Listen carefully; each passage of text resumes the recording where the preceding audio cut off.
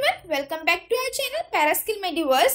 तो जैसे कि आज आप स्क्रीन पे देख सकते हैं कि हमारा आज का जो टॉपिक होने वाला है वो है before heart attack warning science. यानी कि हमारी बॉडी हमें कुछ साइंस दे रही होती है, हमें वार्न कर रही होती है कि आपकी बॉडी में कुछ गड़बड़ है, कि आपको जाना चाहिए, अपना चेकअप कराना चाहिए, आपको हार्ट अटैक आने वाला है। तो बस हमें उन्हीं साइंस को देखना होता है, ध्यान लगाना होता है उन पे, सो दैट कोई बड़ी मुसीबत हमारे लिए ना हो जाए। पॉसिबिलिटी है कि हमें हार्ट अटैक ना आ जाए, तो उन चीज़ों का हमें अपनी लाइफ में बहुत ध्यान रखना होता है, अपनी बॉडी के लिए, अपने लिए। सो उसी के बारे में आज हम इस वीडियो में बात करने वाले हैं। So let's get started. सबसे पहले हम देखते हैं इंट्रोडक्शन।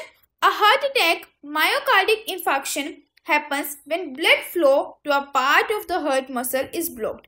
यानी कि एक हार्ट अटैक जिसका दूसरा नाम होता है मायोकार्डियल इंफार्क्शन कब होता है? हार्ट की किसी पार्ट में ब्लड फ्लो जो है वो रुक जाता है, ब्लॉक हो जाता है, usually due to a blood clot in coronary artery. तो ऐसा कब होता है? मोस्टली जो हमारा हार्ट है उसमें ब्लड फ्लो कम क्यों हो जाता है या ब्लॉक क्यों हो जाता है?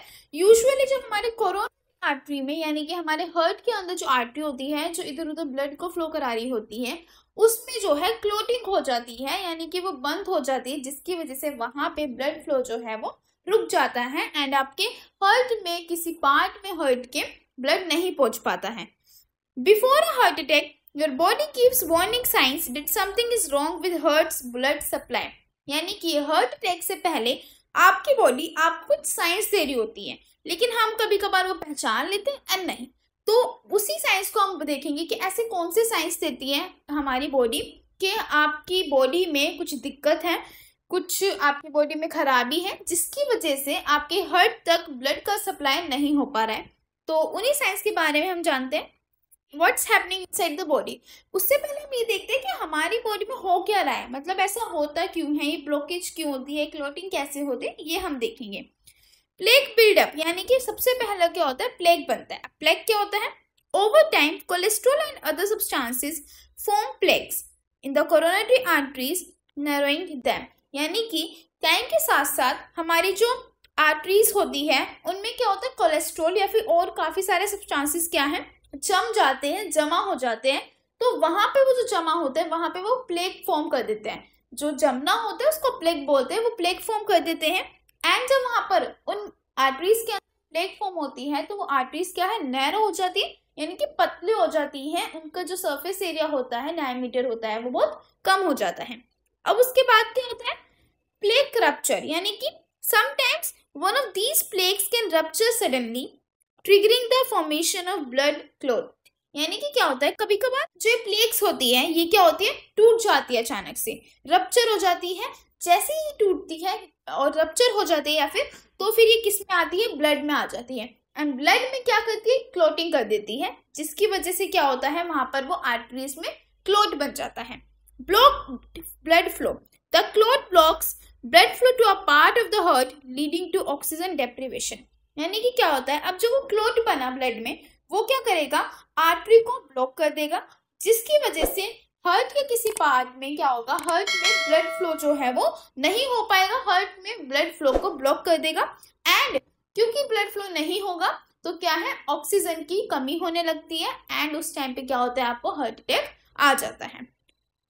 Warning science before a heart attack. अब हमारी बॉडी ना हार्ट अटैक से पहले जो साइंस थ्योरी होती है उसके बारे में हम देखेंगे।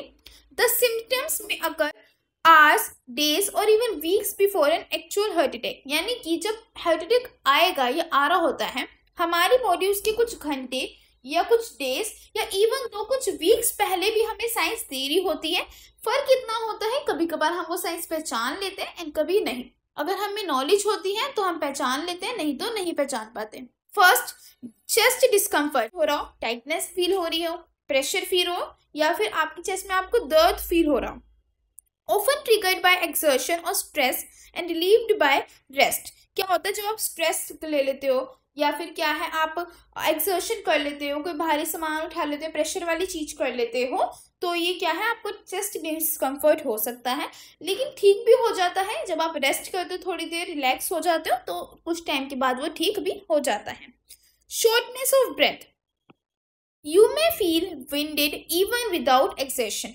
कभी कभार क्या होता है, आपको विदाउट एक्सटेंशन यानी कि आपने कोई भारी भरकम काम नहीं किया, कोई प्रेशर नहीं लिया, उसके बावजूद भी आपको क्या है, विंडेड यानी कि थका हुआ, ब्रेथलेसनेस फील होने लग जाता है, ब्रीथिंग प्रॉब्लम होने लग जाती है। Specially concerning if it's new और वर्सनिंग, यानी कि अब देखिए ये होता है, किसी किसी को क्या है, ब्रीथिंग प्रॉब्लम होती है ना, जैसे अस्थमा हो गया या फिर ब्रीथिंग प्रॉब्लम्स होती है। लेकिन अब ये कंसर्निंग कब है, चिंता करने वाली बात कब है, कि जब किसी के लिए नया हो, यानी कि उसको यूजुअली होता नहीं बट अचानक से होने लग जाए, या फिर होता है लेकिन बहुत ज्यादा होने लग गया है, बहुत ज्यादा वर्स हो गया है, जिसके से बहुत ज्यादा दिक्कत हो रही है। तो ऐसे टाइम पर ये बहुत चिंता का कारण बन सकता है।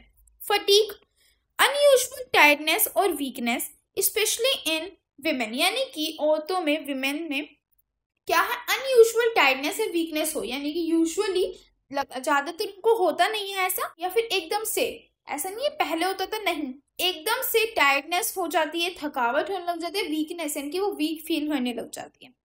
May feel exhausting doing simple task, जैसे कि छोटे मोटे काम करने में भी ऐसे थका हुआ फील होने लग जाता है, एग्जॉस्टेड फील होने लग जाता है, तब क्या है, ये वार्निंग साइंस होते हैं कि आपकी बॉडी आपको साइंस दे रही होती है। आगे देखते हैं, डिस्कम्फर्ट इन अदर एरियाज, यानी कि दूसरे एरियाज में आपको डिस्कम्फर्ट फील हो रहा होता है, जैसे आपके आर्म्स, आपकी बैक, आपके नेक, आपकी जो कंफर्ट फील हो रहा हो। Cold sweats, nausea, light headedness, यानी कि आपको क्या है, क्लैमी या डिजी फील हो रहा हो, किसी भी रीजन है, आपको कोई दिक्कत नहीं है, कुछ नहीं है, कोई रीजन नहीं है, धूप नहीं है, कोई भी रीजन नहीं है, एंड बिना किसी रीजन के आपको डिजी यानी कि चक्कर से आने लगे, आपका सर घूमने लगे, तो उस टाइम पे भी क्या है, आपको पॉसिबिलिटी है कि हार्ट अटैक का वो एक साइन है। Silent science specially in women, elderly और डायबिटिक्स, यानी कि कुछ ऐसे साइंस, साइलेंट साइंस जिनके बारे में ज्यादा रेयरली ही पता चलता है, नहीं पता चलता है, मोस्टली किस में होते हैं, वो विमेन में होते हैं, एल्डरली में होते हैं, बूढ़ों में होते हैं, एंड आपके डायबिटिक पेशेंट्स में होते हैं। माइल्ड इंडाइजेशन, यानी कि खाना डाइजेस्ट होने में थोड़ी बहुत दिक्कत हो रही हो, गैस लाइक इम्पेंडिंग, या फिर आपको फीलिंग आ रहा हो कि आपको गैस की प्रॉब्लम होने वाली है, ठीक है।